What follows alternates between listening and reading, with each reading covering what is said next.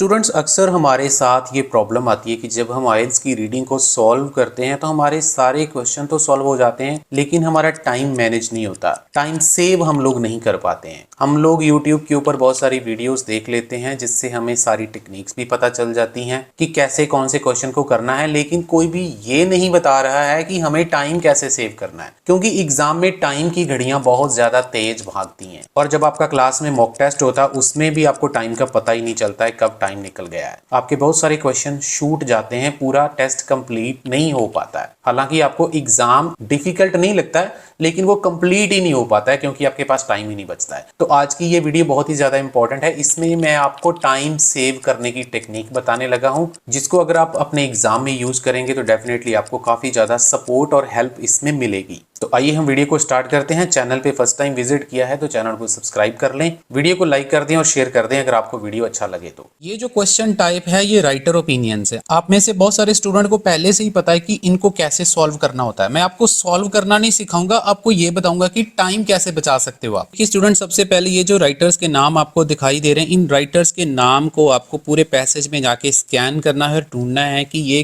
कहाँ कहाँ पे उसने राइटर्स का नाम दिया हुआ है। यहाँ पर जैसे 4 राइटर्स हैं, चारों के चारों राइटर्स के नाम आपको फाइंड आउट कर लेने और इनके जो आइडियाज हैं ये वाले जो लिखे हुए हैं ये आपको बिल्कुल भी फाइंड आउट अभी नहीं करने। तो जैसे पहले वाले राइटर का नाम है पीटर, दूसरे वाले का थॉमस, तीसरे वाले का जॉन और फिर फ्रैंकोइस। तो ये हम देखते हैं चारों राइटर्स का नाम उसने कहाँ कहाँ पे दिया है। तो जैसे ही हम इसको स्कैन करना शुरू करते हैं स्टूडेंट, आप देख सकते हैं ए पैराग्राफ में सिर्फ पीटर का नाम लिखा हुआ है और किसी भी पैराग्राफ में आप फाइंड आउट करोगे तो आपको किसी भी पैराग्राफ में पीटर का नाम नहीं मिलेगा। सेकंड पैराग्राफ में आप देख सकते हैं यहाँ पे थॉमस आपको दिखाई दे रहा है, लेकिन थॉमस का जो नाम है 3-4 जगह पे यूज किया उसने। तो आपको जितनी बारी भी किसी राइटर का नाम दिखाई दे रहा है, चाहे यहाँ पे देखो 3 बार दिखाई दे रहा है, तो आपने 3 बार ही उसको सर्कल करना है। उसके बाद जैसे जॉन ईस्टवुड है, इसको हम फाइंड आउट करते हैं तो इस राइटर का नाम इस पैराग्राफ में यूज किया गया है, यहाँ पर भी इसका नाम दिखाई दे रहा है और दोबारा से ई पैराग्राफ में भी इसका नाम आ रहा है। और अगर हम लास्ट पैराग्राफ को देखते हैं तो फ्रैंकोइस का नाम जो है वो सिर्फ लास्ट पैराग्राफ में ही यूज किया गया है। और यहाँ पर आप थोड़ा सा देखेंगे थॉमस का नाम दोबारा से यूज किया गया है। ये भी चीज आपको ध्यान में रखनी है, कई बारी वो राइटर का पूरा नाम यूज नहीं करते हैं, हाफ नाम यूज करते हैं। जैसे यहाँ पर उसका हाफ नाम लिख दिया सरनेम, तो ये भी बहुत इंपॉर्टेंट है। जितनी बारी भी वो नाम यूज कर रहा है आपको उसको सर्कल करना है। तो आप यहाँ पर देख सकते हैं किसी भी राइटर का नाम जितनी बारी भी उसने यूज किया है मैंने उतनी बारी ही उसको सर्कल कर लिया है। चाहे उसका सरनेम उसने यूज किया है, चाहे उसका पूरा नाम यूज किया है, जितनी बारी भी उसने नाम यूज किया है मैंने उसको सर्कल कर लिया है। अब यहाँ पे स्टूडेंट अगर आप थोड़ा सा ध्यान देंगे तो ये जो पीटर राइटर है, पीटर का नाम सिर्फ एक बार यूज किया गया है और वो ए पैराग्राफ है। उसके बाद फ्रैंकोइस का नाम लास्ट पैराग्राफ में यूज किया गया है। तो मतलब ये है कि ये जो चारों के चारों राइटर्स हैं, इन चारों के चारों राइटर्स में से पीटर का ओपिनियन फाइंड आउट करने के लिए हमें ए पैराग्राफ पढ़ना है, उसमें कितना टेक्स्ट पढ़ना है वो मैं आपको बताऊंगा,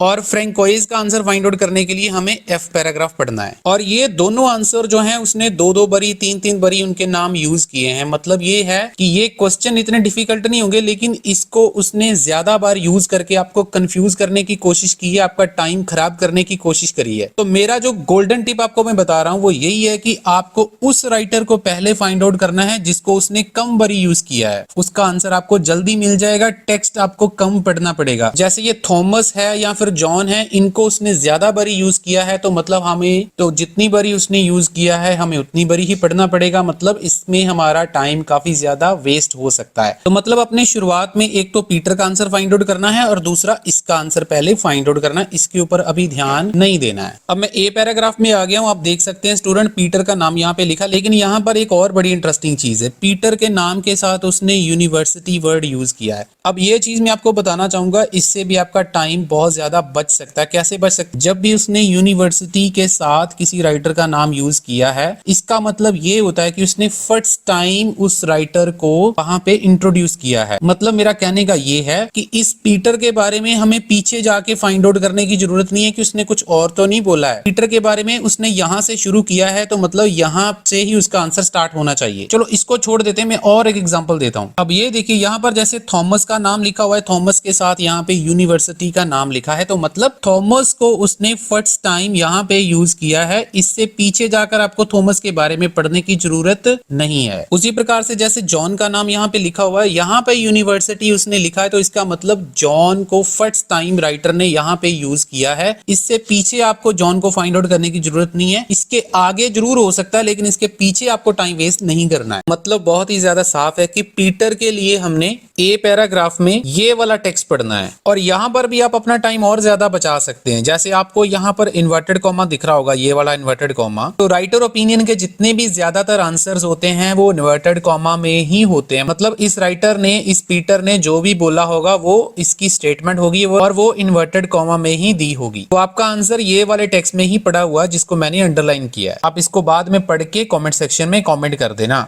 उसी प्रकार से फ्रैंकोइस की अगर हम बात करें तो उसके लिए हमारे पास ये वाला पैराग्राफ है और इस पैराग्राफ में भी सिर्फ कितना टेक्स्ट पढ़ना है, इन्वर्टेड कॉमा वाला। ये जो इन्वर्टेड कॉमा यहाँ से स्टार्ट हुआ है और यहाँ पर इसका इन्वर्टेड कॉमा खत्म हो गया, तो ये टेक्स्ट जो मैंने अंडरलाइन कर दिया है सिर्फ इस टेक्स्ट को पढ़ना है, आपको आंसर मिल जाएगा। तो देखो कितनी आसानी से मेरे को ये वाला आंसर और ये वाला आंसर मिल जाएगा। रुकिए, अभी एक और भी चीज आपको बता रहा हूँ। जैसे देखिए ये वाला आंसर और ये वाला आंसर जब आपको मिलेगा तो मतलब इस लिस्ट में से आपके 2 आंसर एलिमिनेट हो जाएंगे। मतलब ये टोटल यहाँ पर 5 ऑप्शन है और 5 में से 2 ऑप्शन ऑलरेडी एलिमिनेट हो चुकी होंगी। मान लेते हैं ये वाली ऑप्शन और ये वाली ऑप्शन कट हो गई, तो आपके पास ये 3 ऑप्शन बची हैं। अब यहाँ पर आप बिना पढ़े भी तीनों आंसर में एक ही राइटर लगा दोगे तो भी आपका एक आंसर और सही हो जाएगा। तो 4 टोटल आंसर हैं, 4 में से 3 आंसर आपको बहुत कम मेहनत करके मिल जाएंगे। तो स्टूडेंट यही चीज मैंने आपको समझाने की कोशिश करी है कि आप लोग टाइम को कैसे सेव कर सकते हैं, थोड़े टाइम में ज्यादा आंसर्स कैसे ढूंढ सकते हैं। बाकी इसके लिए प्रॉपर क्रैश कोर्स भी हमारा बना हुआ है जिसमें हमने सारे मॉड्यूल कवर किए हुए हैं 8 घंटे की वीडियोस में। राइटिंग का कॉपी पेस्ट टेम्पलेट बताया हुआ है टास्क 1 के लिए और टास्क 2 के लिए। एक ही टेम्पलेट को यूज करके सारी राइटिंग कैसे लिखनी है, क्यू कार्ड में टेम्पलेट कैसे यूज करने हैं, प्रेडिक्शन भी आपको चारों मॉड्यूल के साथ में मिल जाती है। तो अगर आपको चाहिए तो आपको नंबर स्क्रीन के ऊपर दिख रहा है, आप हमारे साथ कांटेक्ट कर सकते हैं। उसका प्राइस 2500 रहेगा। रिजल्ट्स भी हमारे बहुत ज़्यादा फैंटास्टिक। वीडियो अच्छा लगा हो तो वीडियो को लाइक जरूर कर देना और चैनल को सब्सक्राइब कर देना। Thank you very much.